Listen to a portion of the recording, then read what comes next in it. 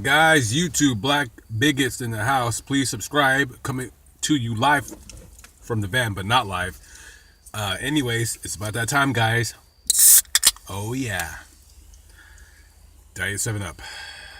2 more days, guys. 2 more fucking days. It's going to be a beer. 26 days without alcohol, baby. Anyways, some asshole at work asked me a very interesting question the other night. He's like, hey, Black Bigot, quick question. If a girl smacks the shit out of you right in your face, does the man have the right to haul off and punch her right in the back in the face? And I answered him the way I'm answering you guys. No. I'm still old school. I believe a man shouldn't hit a woman. Now, call me crazy, but that's just my opinion. The closest I've ever physically came to putting my hands on a woman, my mom came after me with a butcher knife when I was like 18 years old, and I had to put her in a wrist lock so she could drop the knife. she was fucking crazy. Anyways, but there was a time in my life, that I did want to smack the crap out of my girlfriend. Just one time, and it crossed my mind, and I would say from a 1 to 10, I was thinking I was at about a 6.5 that I thought I was actually gonna hit her in the smack of the, the side of the head. I don't think she knows to this day how close she was to that, because she made me so mad, but she never realized it because I didn't get all crazy. I just looked at her. I was like, I think that's the maddest a girl has ever got me, I believe. So a couple years ago, actually 3 years now, I used to live in Las Vegas, and I rented a room from a couple of these older guys, George and Al. Al was dying of colon cancer. He was always sick all the time. So George, older guy, he's probably in his mid-60s. I rented a room from him, and I believe I lived with them for about maybe 7 months or so, 7-8 months. And over the course, actually it was almost 10 months. And over the course of the 10 months that I lived there, I became very close to George and Al, and I almost looked up to them as a father figures in my life that I've never have. And when the decision came, when I broke up with my ex-girlfriend, then the decision came for me to move to Texas. I was gonna just go to Texas.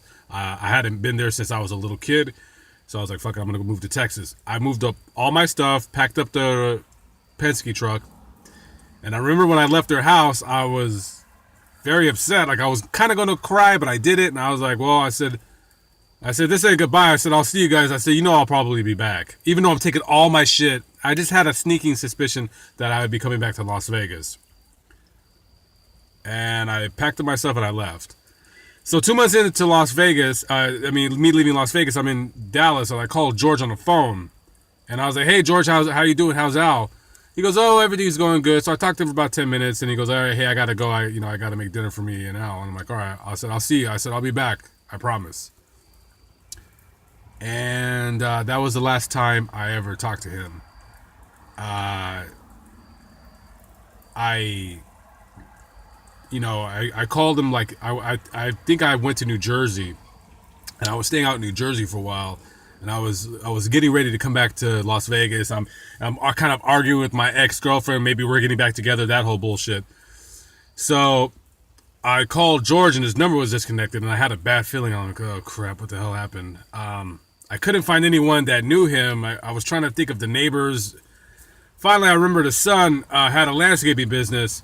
So I Googled the name of the landscaping business. I got the number, and I called his son. I'm like, hey, what's up? I said, this is Black Bigot. Remember me? He goes, yeah, hey, what's going on? I said, hey, I'm trying to get a hold of your dad. I said, I'm coming back out to Las Vegas. I was wondering if he wanted to rent me the room again. And he goes, oh, man, I'm sorry to tell you, my dad died. And that hit me like a ton of bricks. Oh, my God. I could still feel it when he told me that. That was like almost like him telling me that my dad died, sort of. And I was like, oh, I said, I'm sorry to hear that. What happened? And he's like, oh, he had a heart attack. And I was like, oh, okay. He goes, yeah, he went out to his cabin in Utah and he died. And I was like, oh, all right, man, sorry to hear that. And then, he also told me, he goes, Al died too. He died like in April, and then George died 2 months later. So I got off the phone with him, and I kind of started to cry, and I'm like, a little bit, I'm like, oh my God, I can't believe they both fucking died. And I remember George, he would always, because his wife died of cancer, and he would always tell me, once Al dies, I want to die too, because that's it. I don't have anyone else to kind of take care of.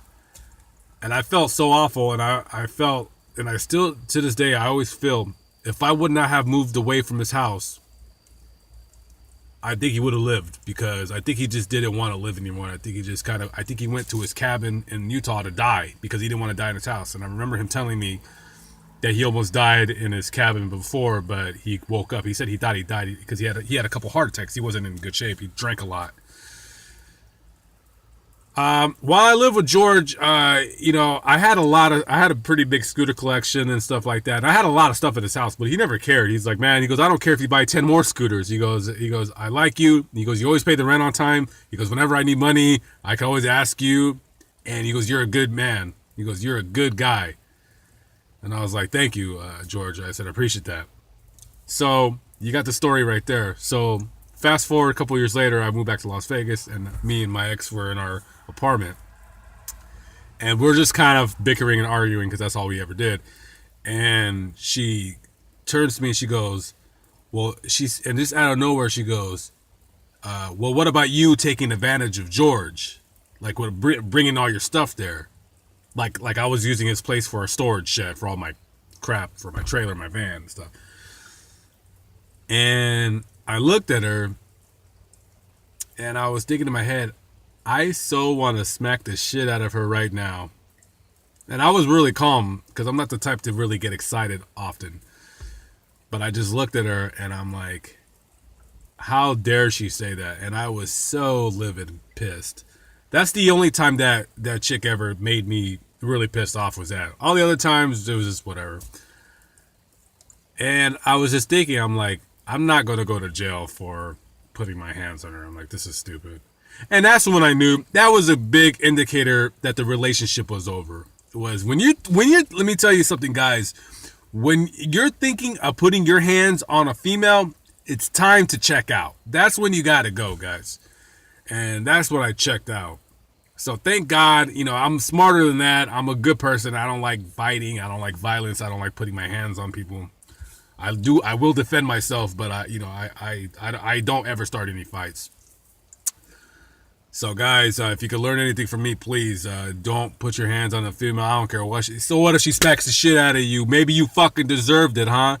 Don't do it. Don't put your hands on it, because you're gonna be sitting in jail and you're gonna be pissed off. So don't ever put your hands on a woman, no matter what. Yeah, maybe you can grab her to have her stop hitting you, but you know what? Just take off. Go outside your house. Go get a fucking beer with your friends. Go fucking vent to your best friend over at his house, 3 hours over a couple of beers. Spend the night at his house. Get the fuck away from her. Like I said, if she's driving you to do that, it's time to check out. So anyways, Black Bigot, an old story. Sorry, this video's kind of long, but anyways, peace out, guys. Later.